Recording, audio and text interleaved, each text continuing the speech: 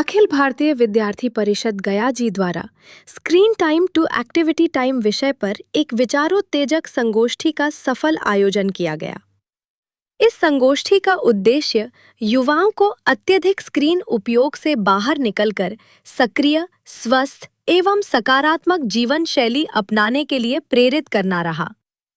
वक्ताओं ने युवाओं से शारीरिक गतिविधि, खेल, सामाजिक सहभागिता एवं रचनात्मक कार्यों को अपने दैनिक जीवन का अभिन्न अंग बनाने का आह्वान किया। कार्यक्रम का उद्घाटन शिक्षाविद हरि परपनन्ना गया कॉलेज दया के प्राचार्य डॉक्टर सतीश चंद्रा, बी.एड विभाग के निदेशक धीरज कुमार, अखिल भारतीय विद्यार्थी परिषद के विभाग संगठन मंत्री मोहित सिंह भदौरिया, महानगर मंत्री आदित्य मिश्रा एवं प्रदेश कार्यकारिणी सदस्य नंदिनी गुप्ता द्वारा संयुक्त रूप से दीप प्रज्वलन कर किया गया।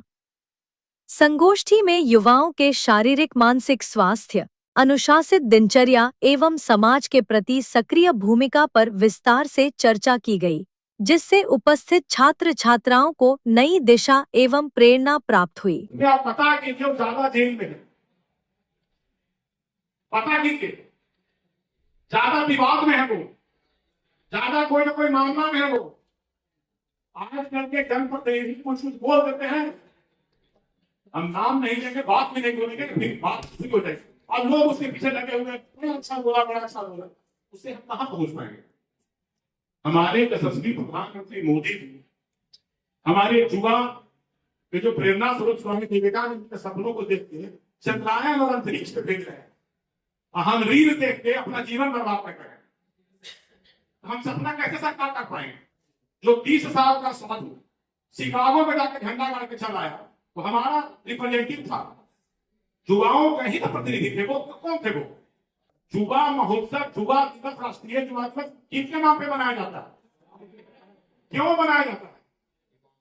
क्योंकि वो युवा होकर जो झंडा गाड़े, दूसरा कोई उनका विकल्प नहीं हो पाया। और अगर धारा बन गई है स्क्रीन टच की, सोशल मीडिया की, उसी पर रहने की, तो आप स्वामी विवेकानंद को फॉलो कीजिए।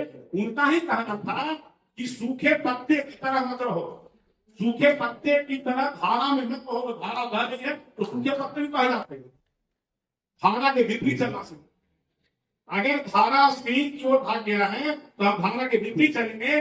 और जैसे हमारे प्राचार्य महोदय ने बताया, मोहित सिंह ने बताया, धीरज ने बताया कि अपना एनर्जी जैसे समाज के द्वारा जो सिंचित किए जा रहे हैं, हम लोग जो सिंचित किए गए, संचित किए गए, संवर्धित किए गए, वो समाज के द्वारा किए गए। समाज को वापस गिफ्ट कर देंगे। समाज को गिफ्ट कैसे करेंगे? व्हाट्सएप को देख के 4 फेसबुक पोस्ट डाल के, 4 कमेंट डाल के नहीं, अपना एनर्जी लेवल दे।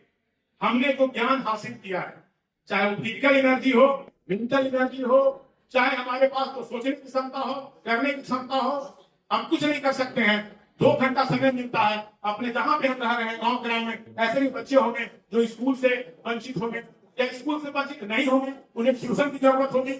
हम उस गांव में, उस ग्राम में, उस गली में, उस मोहल्ले में जाके 2 घंटा, 1 घंटा 10-20 बच्चों को पढ़ा के वो क्षमता तो होगी। पढ़ना तो है, बहुत अच्छी बात है, ये पढ़ाई में अपनी बात खोल कर है। आपके पास तो वही चीज दिखता है, एक मोबाइल का रिचार्ज है, दूसरा पावर है, तीसरा दिखता कहाँ? पूरी कान में लगा रहता है, पता नहीं लगता, यहाँ पे छटा हुआ रहता है। अगर सही में स्वामी विवेकानंद जी का आदर्शों पे चलना है तो हम लोगों को आज लेना होगा। एक एक बच्चा, कोई अचानक आंदोलन आता है, आजादी की लड़ाई लड़ने के लिए एक ही दिन में 100 आदमी आए थे, मिल गया। अगर धारा बह गई है, जो आज चर्चा का विषय बनाना पड़ा, हम लोगों को इस चर्चा का विषय क्यों बनाना पड़ा? हम लोग सोचने पे मजबूर हो गए हैं। आप लोगों को होता क्या है कि लोगों को लगता है कि हम तो बीबीए कर लिए, बीसीए कर लिए, बीएड कर लिए, डिग्री को दुनिया भर का मिल गया, उन्हें गया कॉलेज जैसे बड़ा कॉलेज से मिल गया तो विद्वता तो कभी थोड़ी ही है। बात तो सही है, कागज में डिग्री तो मिल ही गया, तो फिर महानुभाव क्यों बैठे हुए हैं? हम लोग यहाँ तक पहुंचे हैं और रोज जो फीस बिक रहे हैं, रगड़ा रहे हैं, क्या सीख रहे हैं? तो कुछ तो सीखिए, हम लोग सिर्फ अनुकरण तो कीजिए। इसी तो मैं आदर्श पूछा, आदर्श का जवाब पहले तो दे दिया। जिनको आदर्श मानते हैं वो देखिए तो पहुंचे कैसे। कितने व्हाट्सएप यूनिवर्सिटी को प्रोडक्ट को पद्मश्री मिला है?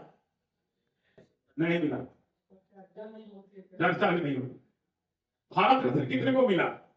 नहीं मिलेगा, संभावना भी नहीं। तो हम इस दौड़ में क्यों हैं?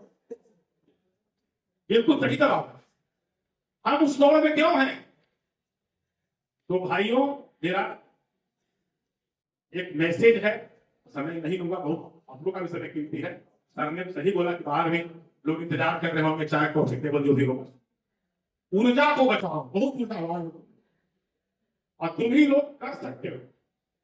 जैसे होता है आई कैन, वी कैन, तुम लोग कर सकते हो और करके दिखाओगे तो तुम ही लोग यहाँ पे प्रेरणा स्रोत बनोगे। तुम लोग से नीचे का जनरेशन सीखेगा और एक नया भारत का निर्माण में जो हमारे मोदी की हमारी टीम लगी हुई है वह तब जाके साकार हो पाएगा। क्या राम मंदिर बन गया, सपना पूरा हो गया? जब तक राम राज की स्थापना नहीं होगी सपना पूरा नहीं होगा। राम राज की स्थापना के लिए आप लोग युवाओं की कल्पना दिमाग में लाना होगा कि राम राज में होता क्या था, राम करते क्या थे। तो एक डिसिप्लिन में थे। मर्यादा पुरुषोत्तम मतलब क्या हुआ? एक डिसिप्लिन पर्सन, अनुशासित पुरुष जो अपने माता पिता का क्या, हमारा माता पिता के प्रति क्या कर्तव्य है यह जानकारी उनको थी।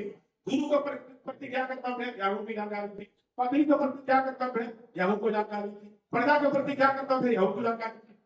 तो जब तक उसको अपने आप में उतारेंगे नहीं, स्क्रीन देखिए ना, रामायण देखिए, उसमें हर घड़ी उसको उतारिए तो देख रहे हैं उनका रील उनका रील उनका रील।